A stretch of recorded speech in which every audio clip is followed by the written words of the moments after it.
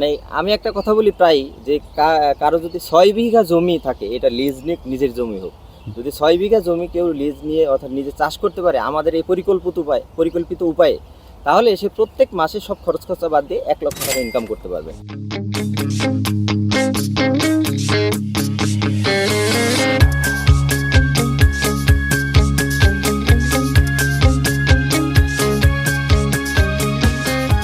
আমি সাইড দুজনে আসলাম, তুষার নিয়ে এসেছিল আমাদের।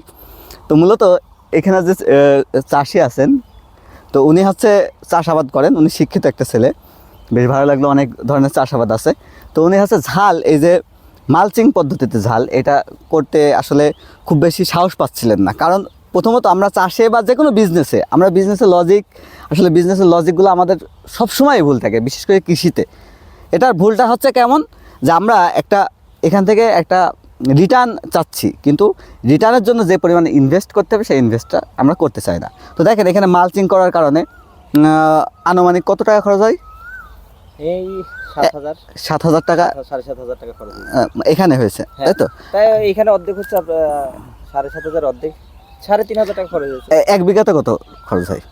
মালচিং পদ্ধতিতে 1 বিঘাতে 8,500 টাকা খরচ হয়। 8,500 টাকার মালচিং লাগে।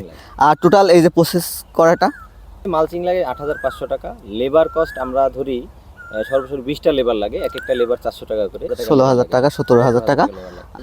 চারা কত টাকা লাগে? 2 টাকা পিস, এক এক পিস কত? 4,500 চারা লাগে। তাহলে হচ্ছে 20,000, 30 করলে আধুনিক পদ্ধতি আমরা যে সিস্টেমটা মানুষকে শিখাতে চাচ্ছি এবং আমি নিজেও যেটা দিয়ে প্রফিট পেয়েছি, সেটা হচ্ছে সর্বসাকুল্যে আমাদের আধুনিক পদ্ধতি যদি একজন কৃষক চাষ করে, স্মার্ট চাষি হতে চায় এবং স্মার্ট চাষ করে, তাহলে আপনার খরচ হয় 45 থেকে 50,000 টাকা। আচ্ছা, 50,000 টাকা খরচ হয়, কিন্তু এটা তো 62 দিনের গাছ এগুলো।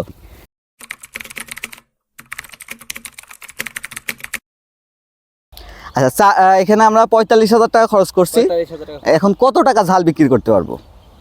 মানে কত কেজি? আমরা কেজির হিসাবে চলে আসি বা মনের হিসাবে? কেজির হিসাবে যদি যাই, তাহলে এখানে 4,500 গাছ আছে।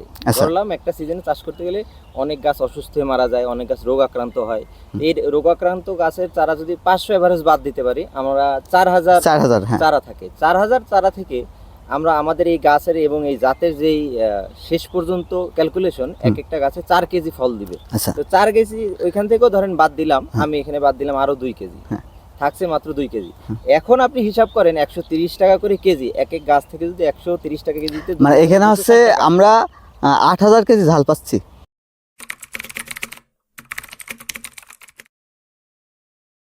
তো আসলে আমরা এখন কিছুদিন আগে আমি একটা জিনিস আমার ব্যক্তিগত ইয়ে থেকে, আমি কৃষির সাথে সম্পৃক্ত না, তারপরেও যতটুকু দেখি, আমাদের বাড়ির সামনে পুকুর আছে, ওখানে হচ্ছে বড় বড় গরু ওরা মানে ইয়ে করতে নিয়ে আসে, মানে গরুগুলো অনেক গোসল করার জন্য, এবং ওইগুলো খুব বড়, এবং ওদের কাছে যেভাবে জানি তাদের ওরকম একটা 6 মাস 8 মাসের ওরা একটা পরিকল্পনা গ্রহণ করে, এবং ওরা ভালো জাতের বাছুর কিনে ওটা খুব ভালোভাবে যত্ন করে। তো বর্তমানে এই যে ফার্মিং, এটা খুব ভালোভাবে বাংলাদেশে আগাচ্ছে, এবং কৃষিতেও আমি একটা জিনিস দেখতে পাচ্ছি, আমার ফ্রেন্ড সার্কেল, তুমি রয়েছো যেমন, ঠিক এমন আমার অনেক পরিচিত লোক যারা ইয়াং জেনারেশন, মানে আমাদের মতো বয়সে বিজনেসে অনেকে যাচ্ছে, তারপরে অনেকে আইটিতে যাচ্ছে, এবং কৃষিতেও একটা ব্যাপক পরিমাণ হচ্ছে। তো আমরা আসলে, আমি বাইরের দেশের যে ভিডিওগুলো আপনারা সবাই এখন দেখতে পারেন, ইউটিউবে দেখতে পারেন কন্টেন্টগুলো, তো ওনাদের দেশে যে বাইরের দেশে মানে আধুনিক প্রযুক্তিতে চাষ করার কারণে ওনারা যে বেনিফিটটা পায়, এটা আমরা নিতে পারছি। এখানে আমি হচ্ছে বিজনেস লজিকের চিন্তাটা যদি বাদও দিই, আমাদের যদি সেম খরচে সেম প্রফিট হয়, তারপরেও আমাদের বিশাল একটা খাদ্যের ঘাটতি পূরণ হবে। এই সময় তো বাংলাদেশে যে পরিমাণ চাহিদা আর কৃষকদের যে উৎপাদন, এই উৎপাদনে বাংলাদেশের চাহিদা জীবনও পসিবল না এটা পূরণ করা, অবশ্যই বাইরে থেকে আমদানি। হ্যাঁ, অবশ্যই। আমি কস্টিংটা, আমাদের খাদ্যের ঘাটতির জন্য যে কস্টিংটা আমরা দেখছি আর কি, তা আমরা চাচ্ছি এই কস্টিংটাই কমাতে, অর্থাৎ আনা নেয়ার ব্যাপারে এবং মধ্যস্বত্বভোগী যেই বেনিফিটটা করে, আমরা চাচ্ছি টোটাল ওই জিনিসটা বাদ দিয়ে আমাদের দেশের উৎপাদনই হোক এবং আমাদের দেশের কৃষকরা লাভবান হোক। অবশ্যই।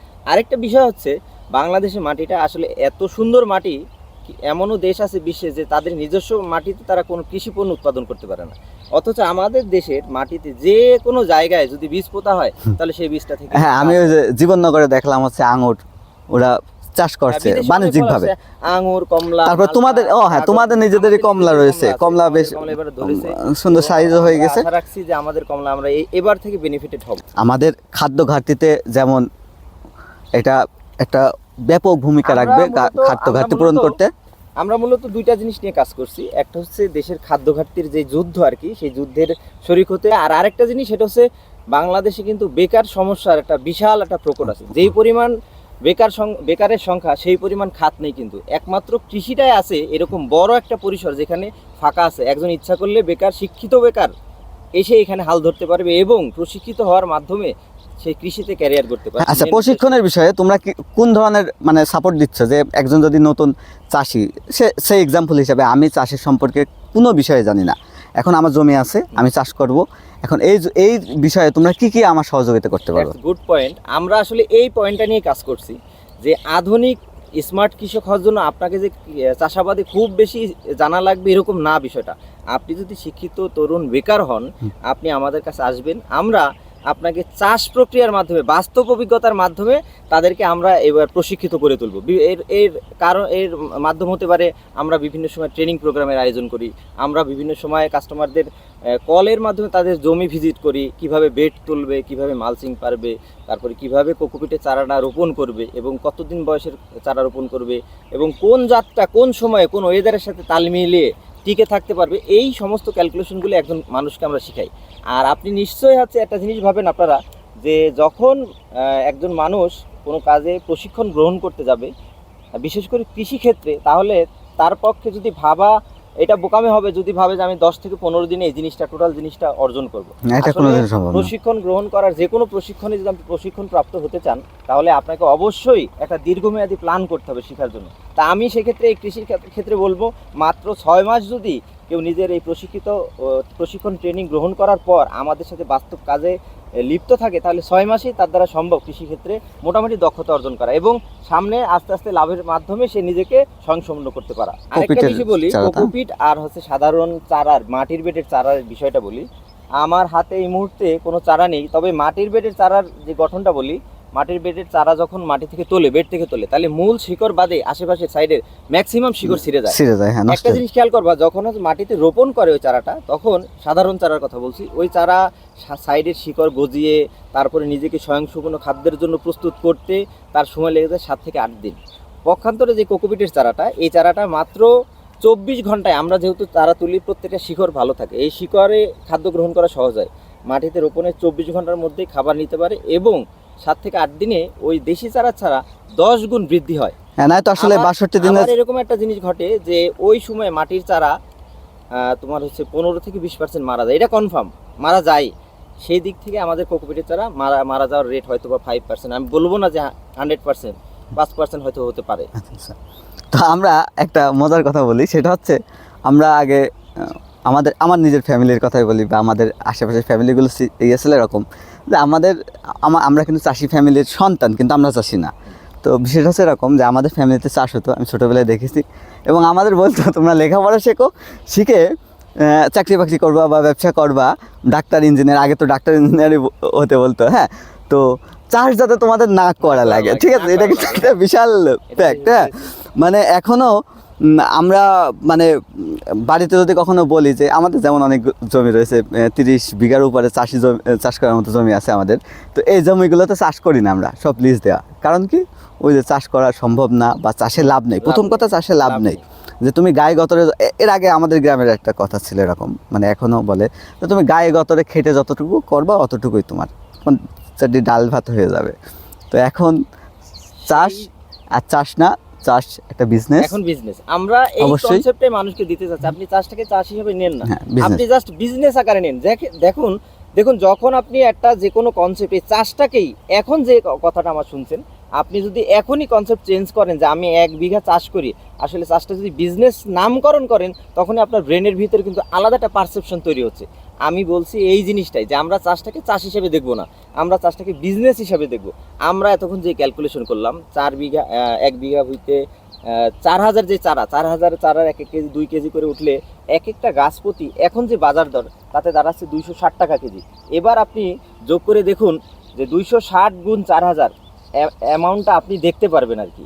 আমরা চাচ্ছি যারা ইয়াং চাষি আছে, যারা অনেকেই কৃষির প্রতি ভালোবাসা আছে, অনেকেই চাচ্ছে কৃষিতে ক্যারিয়ার করার, তারা আগেই ক্যালকুলেশনগুলো মাথায় নেন, ক্যালকুলেশনগুলো মাথায় নিয়ে বিজনেস আকারে এখানে আপনারা এমন দেখবেন লাভবান হতে পারবেন।